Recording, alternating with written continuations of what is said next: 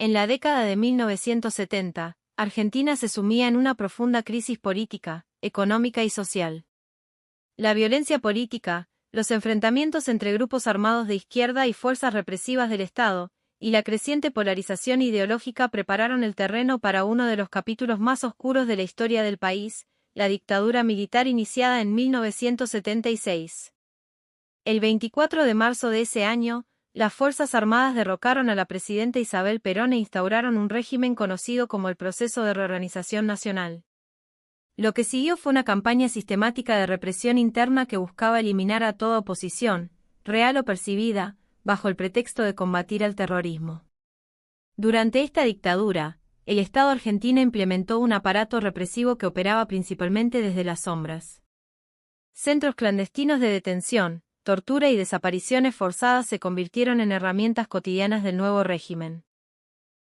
Las víctimas no solo eran militantes armados o miembros de organizaciones políticas de izquierda, sino también estudiantes, sindicalistas, periodistas, intelectuales y ciudadanos comunes acusados sin pruebas de tener vínculos con grupos subversivos.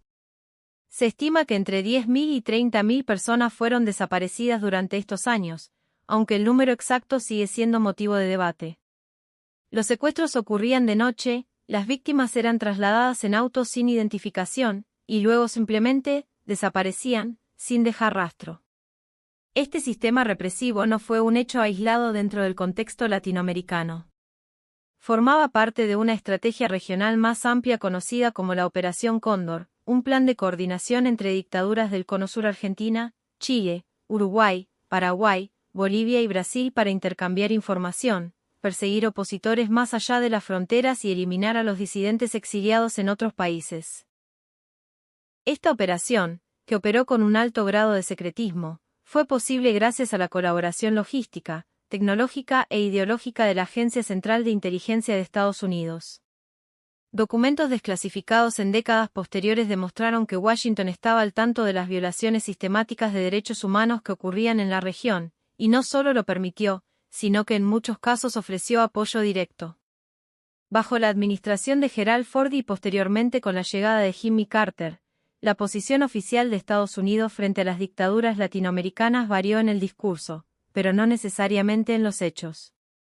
Durante los primeros años, el embajador estadounidense en Buenos Aires, Robert Hee, advirtió al Departamento de Estado sobre las desapariciones y la violencia ejercida por el régimen militar argentino. Sin embargo, sus informes fueron ignorados o minimizados. Por otro lado, Henry Kissinger, quien ocupó el cargo de secretario de Estado hasta 1977, fue señalado por alentar a los militares argentinos a actuar con rapidez para resolver la situación antes de que las críticas internacionales crecieran. Esta postura ambigua facilitó que el régimen interpretara el silencio estadounidense como una forma de complicidad. La relación entre la dictadura argentina y la CIA fue particularmente estrecha en lo que respecta al intercambio de inteligencia. Informes de inteligencia norteamericanos muestran que agentes de la CIA conocían la existencia de los centros clandestinos de detención y los métodos empleados por las Fuerzas Armadas argentinas. En algunos casos, incluso se brindó capacitación en técnicas de contrainsurgencia. Muchos de estos conocimientos fueron heredados de la experiencia estadounidense en Vietnam y adaptados al contexto latinoamericano. La lógica era simple. En plena Guerra Fría, cualquier movimiento percibido como socialista o comunista debía ser neutralizado, sin importar los costos humanos. Las consecuencias de esta política fueron devastadoras. Familias enteras fueron destruidas, generaciones crecieron sin conocer el destino de sus seres queridos, y una cultura del silencio se impuso por miedo. La censura, el control de los medios de comunicación y la manipulación de la información hicieron que gran parte de la población viviera sin conocer completamente el horror que se desarrollaba en paralelo. Solo con la llegada de la democracia en 1983 comenzaron a conocerse los detalles más escalofriantes de lo sucedido. El juicio a las juntas militares y los testimonios de sobrevivientes revelaron un sistema cuidadosamente planificado para eliminar cualquier forma de disidencia. Uno de los aspectos más escalofriantes del accionar represivo fue la apropiación sistemática de bebés nacidos en cautiverio. Muchas mujeres embarazadas que fueron secuestradas por el régimen dieron a luz en centros clandestinos. Luego, sus hijos eran entregados a familias cercanas al poder militar o adoptados de manera ilegal, mientras que las madres eran asesinadas o desaparecidas. La existencia de estos casos fue negada por años, hasta que la organización Abuelas de Plaza de Mayo comenzó una incansable lucha para recuperar la identidad de estos niños. Gracias a pruebas genéticas y testimonios, hoy más de 130 personas han recuperado su verdadera identidad, pero aún quedan cientos de casos sin resolver. La represión también tuvo una dimensión económica. Bajo la conducción del ministro de Economía José Alfredo Martínez de Hoz, el régimen implementó una serie de reformas neoliberales que beneficiaron a grupos concentrados de poder económico en detrimento de la mayoría de la población. Estas políticas incluyeron la liberalización del mercado financiero, la apertura indiscriminada de importaciones y una creciente deuda externa. La connivencia entre el poder militar y ciertos sectores empresariales permitió el enriquecimiento de algunos grupos mientras aumentaba la pobreza y la desigualdad. Esta relación entre represión política y reestructuración económica fue parte de un modelo que luego se replicaría en otros países de la región. Mientras tanto, en los Estados Unidos, comenzaban a surgir voces críticas respecto al rol que su gobierno había jugado en el apoyo a las dictaduras latinoamericanas. Con la llegada de la administración de Jimmy Carter, se inició un giro parcial en la política exterior estadounidense, con un mayor énfasis en los derechos humanos. Sin embargo, la influencia de actores como Kissinger aún persistía, y muchas de las operaciones encubiertas continuaron en la sombra. Documentos desclasificados en años posteriores muestran cómo Estados Unidos tenía un conocimiento profundo de las violaciones cometidas por el régimen argentino, pero priorizaba la estabilidad geopolítica en plena Guerra Fría.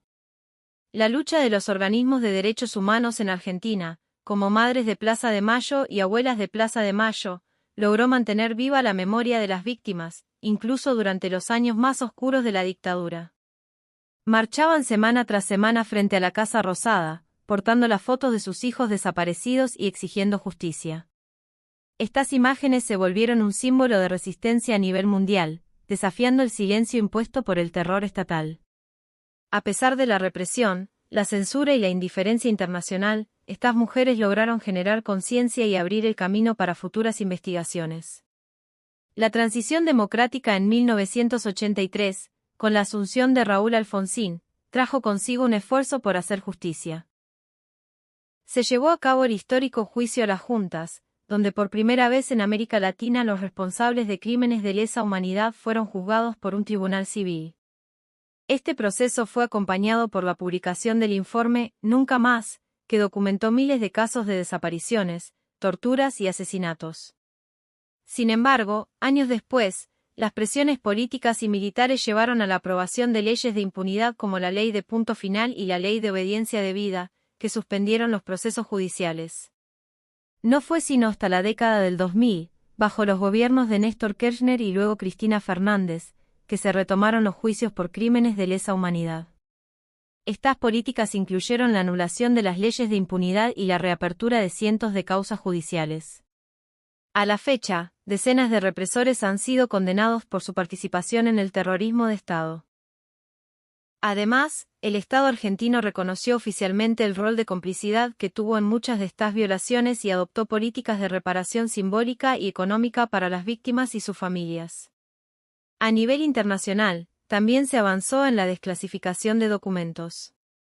Estados Unidos, presionado por organizaciones civiles y gobiernos democráticos, comenzó a liberar archivos que confirmaban su conocimiento y apoyo a los regímenes represivos de América Latina.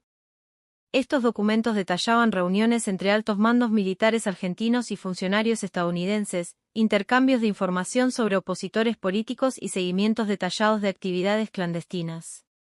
El acceso a estos archivos permitió a los historiadores y periodistas reconstruir con mayor precisión la magnitud de la intervención extranjera en los asuntos internos de Argentina.